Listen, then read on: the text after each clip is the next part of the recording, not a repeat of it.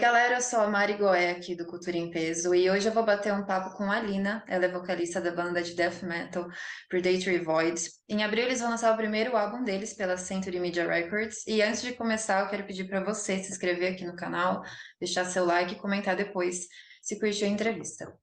Well, first of all, thank you for your time. It's a pleasure to talk to you, Lina.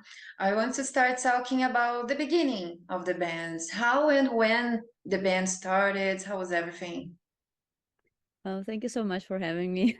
You're welcome. Um, so, well, it started when during lockdowns, Leonard wrote like a lot of material, but it didn't really suit Amin-Ra or Oathbreaker, and he had a thought to maybe start a new band and see where it goes.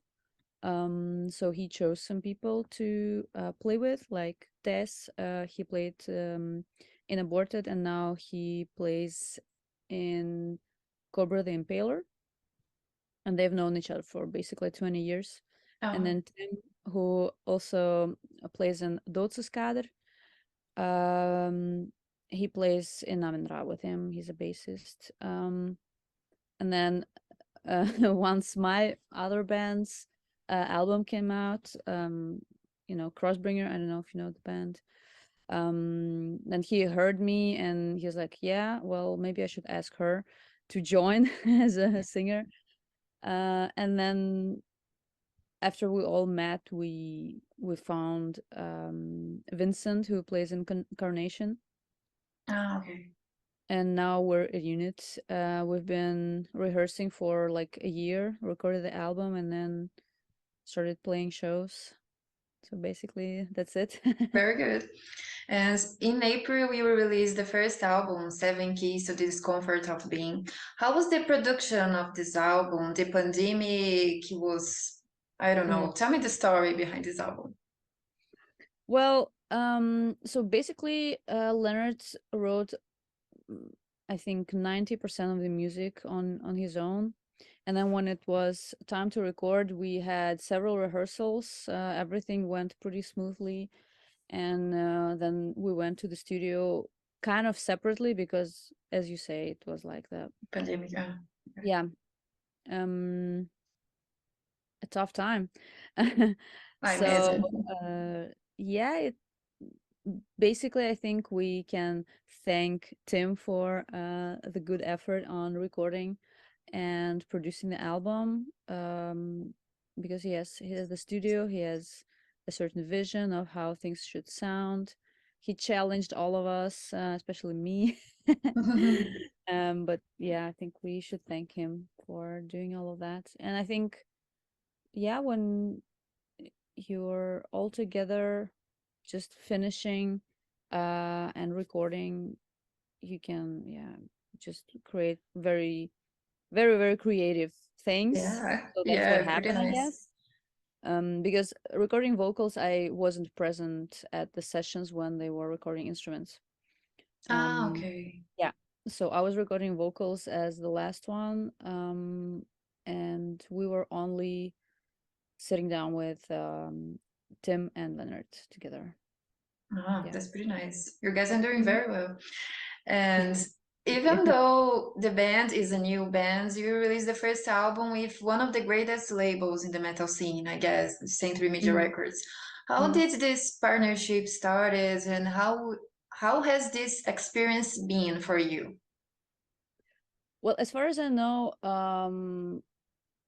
Leonard knows some people at Century Media already, because they also released Living Gate through Century Media. So he approached the label and they were interested. So that's how kind of it came to be, because he had like a connection with them already. So far it's been great. They're very supportive. They answer a lot of stupid questions I ask them because for me it's something new. But so far it's been really great, very supportive, very very nice, homey feeling that I get from this collaboration. Yeah, that's pretty great. And about the influences, for you, which are the bands that most inspired in the bands, and what are the lyrics talking about? I don't know if you're following any kind of concept in this album. Mm-hmm. Well, it's hard to say which influences. I feel like we all listen to very different music, ranging from like hip hop to death metal. Amazing. Best kind of mixing. So like we listen to a lot of acoustic. I listen to country music, to shoegaze and um, acoustic stuff, weird like funeral doom. Yeah. So we have Oh, like a very, very rich mix of influences. But basically I could name like Alcest, King Woman, Dream Unending as some of the things that were maybe key influences, or we could probably situate ourselves next to these yes. bands in a Something way. similar, yeah. Yeah. Um, well, I forgot the second part of the question. Sorry. What are the lyrics talking about? If the album is Oh yeah, following any kind of concept? yeah. So I think the whole concept is in the title, and what I'm talking about is like all the spectrum of like discomfort that you might experience while basically existing. Um, so it ranges from like emotional, mental struggles to physical ones, anticipations, overthinking, paranoia, uh, sleep paralysis, everything you can experience that makes the process of living a challenge, I would say. Yes. So it's kind of like, in a way, it's a philosophical album, I would say, because some Hmm. things are said like directly and some are presented metaphorically, so there is a room for everyone to interpret. Yeah, there's And something behind the lyrics. Yes. yeah, some of them are very like straightforward, but I enjoy like a quest in a way, when you read literature or poetry, that Mhm. you really Great. have to follow a certain journey. So I hope that we manage to achieve that in a certain sense. Yes. And my next question, I guess you already say something in this last answer, but if you could define the album in one sentence, which would it be? Oh my God, one sentence. It can be a long sentence if you want to. No problem. Um, I feel like it is coming to terms with your personal discomfort, acknowledging it, and living further, I would say. Something like that. Amazing. Yes. Does that make sense? Yes. I don't know. Yeah. Yes, pretty great. And now talking about you, I just loved your vocals. You have an amazing voice. And Thank you. how did you enjoy in music? When did you start your vocal training, Autoral, Mhm. something like that? Well, when I was like 18, I started joining bands. Basically, I did like vocals for like death metal deathcore band, and it was like gutturals and pig squeals and stuff like that. And we played a lot of live shows. I mean, on a very small scale, um and then I played some guitar, played some bass in some bands, but I have like I am very impatient with instruments. Oh, yeah, me So too. at a certain point, I was like, I really like writing. I'm a compulsive writer. So I really like recording like memories or impressions. And so they kind of become lyrics. And I was like, yeah, I really need to focus probably on one thing that I could do well enough to be in bands. And they everyone was always looking for like a singer.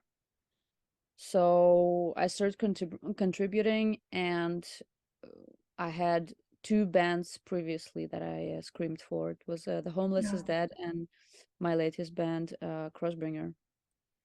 So basically, I just tried to do whatever I could to sound brutal and anxious and desperate in a certain way. But yeah, after the lockdown and when we started this band, I was like, yeah, I guess we will be playing a lot of live shows, which I haven't done for almost 7 years. Yeah. So last one was like 2014, 15, I feel like that I Wow. played live with a band. Yeah. Um, so I was like, yeah, probably I should really work on my technique and not just yell. It's amazing.